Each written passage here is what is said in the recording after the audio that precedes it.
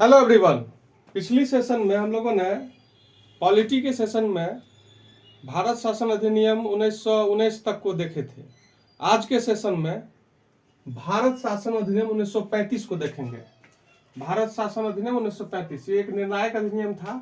इसमें बहुत सारे क्या हुआ कि एक्शन लिया गया, ठीक है। लेकिन सबसे पहले इसके आधार की बात करेंगे कि ये आया कैसे और किस आधार पे। तो साइमन कमीशन का जो गठन हुआ था, जिसके विरोध में लाला लाजपत राय पे प्रहार किया गया था सिर पे लाठी से, और एक दो महीने के बाद उनकी मृत्यु भी हो गई थी। तो वही साइमन कमीशन रिपोर्ट जो है इस भारत शासन अधिनियम का आधार बना, है ना। और लाला लाजपत राय के शिष्य हुए थे भगत सिंह, सुखदेव, राजगुरु इत्यादि, जिन्होंने की केंद्रीय असेंबली में, विधानसभा में जो है सो खाली बेंचों पर बम फेंका था। जब इसलिए वहीं पे और वो भागे नहीं तो इस कारण से वो गिरफ्तार भी हो गए। उन लोगों ने बोला था कि मेरा उद्देश्य सिर्फ है बाहरों को सुनाना, ना कि किसी की जान लेना या आत्महत्या करना। इस कारण से वो लोग फिर 23 मार्च 1931 को शहीद भी हो गए, मीन्स फांसी पर चढ़ के शहीद हो गए देश के लिए। तो यही साइमन कमीशन रिपोर्ट। अच्छा, साइमन कमीशन रिपोर्ट का विरोध इसलिए हुआ था क्योंकि उसमें सारे सदस्य क्या थे, अंग्रेज थे। एक भी भारतीय को शामिल नहीं किया गया था। तो हमारे जो पूर्वज नेताओं थे जो आजादी की लड़ाई लड़ रहे थे, उनका ये मानना था कि अगर भारतीय इसमें नहीं होंगे तो भारत की समस्या को कैसे जानेंगे, ठीक है। अगर भारत की समस्या को नहीं जानेंगे, जब तक भारतीय नहीं है, तो कैसे समस्या का समाधान होगा। इस कारण से ये लोग विरोध कर रहे थे। तो वही साइमन कमीशन रिपोर्ट जो जॉन साइमन की अध्यक्षता में आया था, उसी के आधार पर भारत शासन अधिनियम 1935 को लाया गया, क्योंकि काफी विरोध हो रही थी। तो इस अधिनियम में अनुच्छेद की हम बात करें तो 321 अनुच्छेद थी, और अभी के समय में 395 अनुच्छेद है। अनुसूची इसमें 1935 के अधिनियम में 10 थी, है ना। अभी 12 अनुसूची है। 73वां संशोधन संविधान का और 74वां संशोधन संविधान का, इस दोनों के द्वारा 11वीं और 12वीं अनुसूची को जोड़ा गया है। इससे पहले 10 ही था आजादी के बाद भी, अभी 12 है।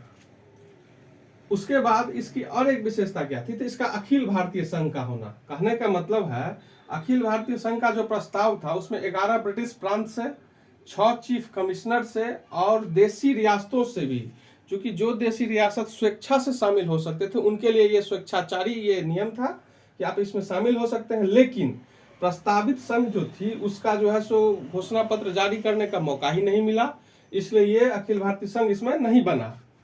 फिर क्या किया, इस अधिनियम की 1935 के अधिनियम की विशेषता यह हुई कि इसमें प्रांतों की स्वायत्तता दी गई। प्रांत यानी जो स्टेट होता है, इसको ज्यादा पावर दिया गया। प्रांतों में क्या किया कि द्वैत शासन को समाप्त कर दिया गया, और आपको बताया केंद्र जो उस पर नियंत्रण करती थी ब्रिटिश के समय में, उसको समाप्त करके ये बताया गया कि आप स्वतंत्र और स्वशासित संवैधानिक आधार आप ले सकते हैं। आप अपने मन से अपने शासन प्रशासन को चला सकते हैं, देख सकते हैं। फिर क्या हुआ कि केंद्र में एक और इसमें एक विशेषता थी कि केंद्र में द्वैत शासन के साथ विधायी शक्ति, यानी अभी भी हम लोग जो आजाद मुल्क है हम लोग का, इसमें अभी भी केंद्र और राज्य के बीच विधायी संबंध में बहुत सारा बंटवारा है। बहुत सारे ऐसे मुद्दे हैं जिसमें कि राज्य स्वतंत्र है अपने डिसीजन को लेने के लिए, और बहुत सारे ऐसे मुद्दे हैं जिसमें कि केंद्र हस्तक्षेप कर सकती है, लेकिन सारे मुद्दों में नहीं। जब ये केंद्र को लगेगा कि राज्य हमारी एक रूल रेगुलेशन फॉलो या कोई क्राइम लॉ एंड ऑर्डर ये सब इत्यादि में राज्य फेल हो रहा है, तभी भी संघ उस पर नियंत्रण कर सकती है बाय प्रेसिडेंट रूल। और मैंने आर्टिकल 356 भी है, 365 भी है। इस तरह से उसे किसी निर्देश को अगर पालन नहीं करिए तो उसमें, लेकिन यहाँ पे यही बात यहाँ भी लागू था, यानी ये 1935 से ही लिया गया। वैसे भी हम लोग जानते हैं कि संविधान जो बना था तो उसमें लगभग 70%, 2/3 of the total means content जो हम लोग के कॉन्स्टिट्यूशन में बना हुआ यहीं से लिया गया है। और भी बहुत सारे मुल्क हैं, देश हैं जिसमें अच्छी अच्छी चीज थी, उसको भी लिया गया है, लेकिन वो सिर्फ 30%, बाकी 70% यही 1935 का अधिनियम से हम लोग के संविधान में, हम लोग के कॉन्स्टिट्यूशन में है। तो कहने का मतलब केंद्र में द्वैत शासन के साथ विधायी शक्ति का बंटवारा हुआ केंद्र और राज्य में। तो विधायी शक्ति का जो बंटवारा हुआ वो आपको परिसंघ सूची में, प्रांतीय सूची में और संवर्ती सूची में। परिसंघ सूची आप दिमाग भी लगा सकते हैं, हो सकता है कि आपको याद नहीं रहे तो आप दिमाग लगा लीजिए। जो चीज सेंटर की होगी तो उस पर नियंत्रण कौन करेगा, सेंटर करेगा, नेचुरली है, क्वाइट नेचुरल, इसमें कोई कंफ्यूजन की बात है ही नहीं। जो स्टेट के अंदर की बात है उसको स्टेट नियंत्रित करेगी। लेकिन अगर कुछ ऐसे मामले हैं जिसपे कि दोनों में डिस्प्यूट हो जाए, यानी विवाद हो जाए, तो उसमें जो है संघ हावी होगा, संवर्ती सूची जिसको हम बोलते हैं। तो इसमें क्या हुआ, 3 सूची, परिसंघ सूची, प्रांतीय सूची और संवर्ती सूची अभी भी यही चीज अभी भी है। परिसंघ सूची को हो गया अब संघ सूची, और प्रांत सूची और संवर्ती सूची ये अभी भी है। तो कहने का मतलब है कि परिसंघ सूची में फिर क्या सब रखा गया, तो विदेशी कार्य, क्योंकि पूरे संघ जो है किस पे, विदेशी कार्य को संघ न देखेगा, राज्य कैसे देखेगा, राज्य तो अपने अपने हित की बात करती है। फिर करेंसी और मुद्रा, करेंसी और मुद्रा भी संघ सूची का था। जनगणना अभी भी ऑनरेबल प्राइम मिनिस्टर हम लोग के जो है वो जनगणना कराने के लिए अभी बोले हैं, तो हो सकता है जनगणना हो, तो वो जनगणना भी क्या है, जनगणना भी परिसंघ सूची का विषय है। ठीक है। प्रांतीय सूची, शिक्षा, शिक्षा प्रांतीय सूची में था उस समय में 1935 का अधिनियम में। लेकिन जब 42वां संशोधन हम लोग के संविधान में इंदिरा गांधी प्राइम मिनिस्टर थी, 42 अमेंडमेंट 1976 हुआ, उससे पहले भी, आज़ादी के बाद भी, और 1976 से पहले इंदिरा गांधी की सरकार के समय में 42वां संशोधन जो हुआ था, उससे पहले भी शिक्षा प्रांतीय सूची का विषय था। लेकिन अब ये संवर्ती सूची में चला गया है। संवर्ती सूची का मतलब हुआ कि इस पे दोनों कानून बना सकती है, केंद्र भी और राज्य भी। लेकिन अगर दोनों में विवाद उत्पन्न हुआ तो केंद्र का जो है सो लागू होगा, राज्य के कानून को उस पर निरस्त माना जाएगा। तो ये हो गया। तो प्रांतीय सूची में आपको क्या सब, शिक्षा था, पुलिस था, प्रांतीय लोक सेवा था। अभी भी प्रांतीय सूची में पुलिस है, लोक सेवा है, लॉ एंड ऑर्डर है, लेकिन शिक्षा संवर्ती सूची में डाल गया। 5 ऐसे चीज थे जिसको कि राज्य सूची से हटा करके संवर्ती सूची में 42वां संशोधन 1976 में डाला गया। ठीक है ना। अब फिर संवर्ती सूची है। संवर्ती सूची में दंड विधि और प्रक्रिया, मतलब किस कानून से किसी को दंड मिलेगा, उसका प्रक्रिया क्या होगा। अभी भी 2023 में बीएनएस और ये सब भारतीय न्याय संहिता, भारतीय दंड संहिता को बनाया गया है। मतलब पुराने जो सीपीसी, सीआरपीसी, आईपीसी ये सब जो थे ना, उस सब में संशोधन करके, जो कि बहुत सारे ऐसे खामियां थी उस कानून में जिसको भी कुछ संशोधन करना पड़ा, और जैसे ही समय बदलता है तो संशोधन किया ही जाता है। तो इस कारण से तो वो दंड विधि और प्रक्रिया किसमें थी, संवर्ती सूची में। मतलब राज्य भी बना सकती है अपनी सुविधा अनुसार और केंद्र भी, संघ भी बना सकती है। लेकिन अगर दोनों में टकराव की स्थिति उत्पन्न हुई तो संघ की कानून प्रक्रिया लागू हो गई। अभी आप लोग देख रहे हैं कि दारू जो है बहुत सारे स्टेट है जिसमें कि बंद है। तो ये दारू यानी शराब का जो है ये कानून प्रतिबंधित किया गया, किस कारण से, ये प्रांत का विषय है, जो प्रांत अपने हिसाब से इसमें कानून बना सकती है। ठीक है।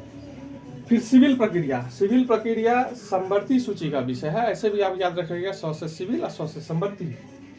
विवाह और विवाह विच्छेद, ये तो इंपॉर्टेंट है ही, आप लोग समझिए कि संवर्ती सूची में विवाह और विच्छेद, यानी इसमें राज्य भी कानून बना सकती है और केंद्र भी कानून बना सकता है।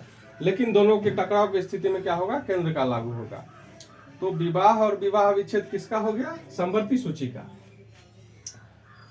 आप लोग इतना नोट कीजिए, उसके बाद फिर आगे हम देखते हैं।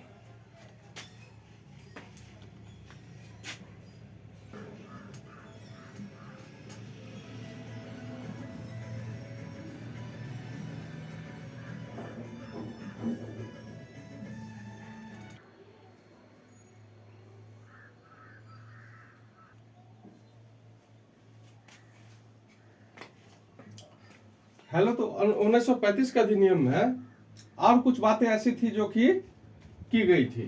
कहने का मतलब इसमें कि संघीय न्यायालय की व्यवस्था की गई थी। हम लोग जानते हैं कि 1912 में भारत की राजधानी कलकत्ता से दिल्ली स्थानांतरित की गई। दिल्ली दरबार का आयोजन किया गया था। 1911 में घोषणा हुई थी और 1912 में लागू हुई थी। तो 1911 में दिल्ली दरबार का आयोजन हुआ था जिसमें जॉर्ज मैरी और पंचम आए थे, है ना। तो इसमें संघीय न्यायालय, ये 1935 के अधिनियम के तहत इसमें संघीय न्यायालय की व्यवस्था की गई थी, जिसमें प्रांतों और रियासतों को भी शामिल किया गया था। यानी ये जो 1935 का अधिनियम था, इससे पहले प्रांत और देशी रियासत नहीं शामिल थे। तो इस अधिनियम के द्वारा प्रांत और देशी रियासतों को भी शामिल किया गया था 1935 के अधिनियम से। तो इसमें लेकिन जजों की संख्या की अगर हम बात करेंगे तो संघीय न्यायालय में कुल 3 जज थे, एक मुख्य न्यायाधीश और 2 अन्य न्यायाधीश। कुल मिलाकर के क्या हो जाएंगे, 3 जज। संघीय न्यायालय 1935 के अधिनियम के द्वारा संघीय न्यायालय में कुल 3 जज, एक मुख्य न्यायाधीश, 2 अन्य न्यायाधीश।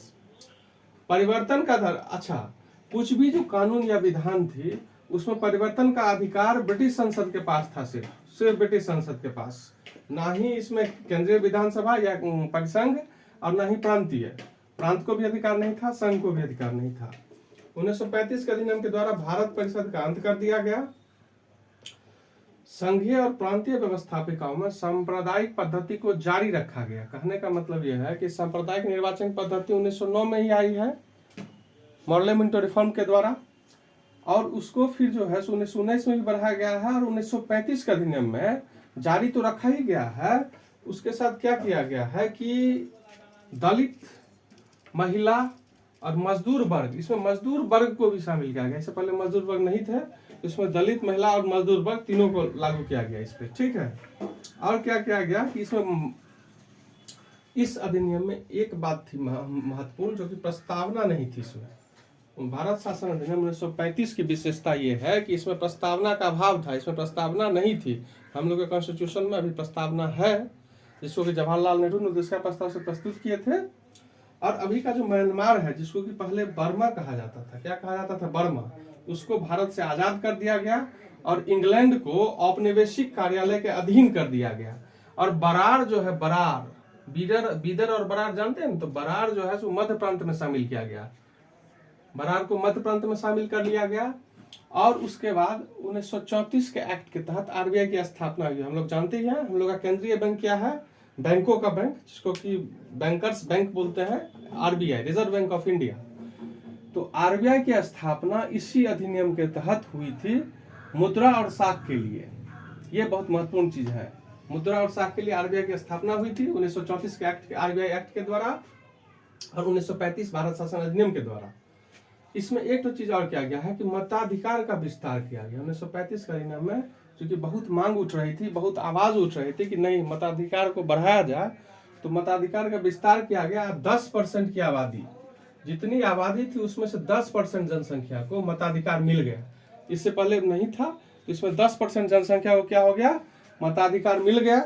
तो उम्मीद करते हैं कि ये सेशन अच्छा लगा होगा, आप लोग अच्छे से देखिए और अच्छे से तैयारी कीजिए। Have a good day.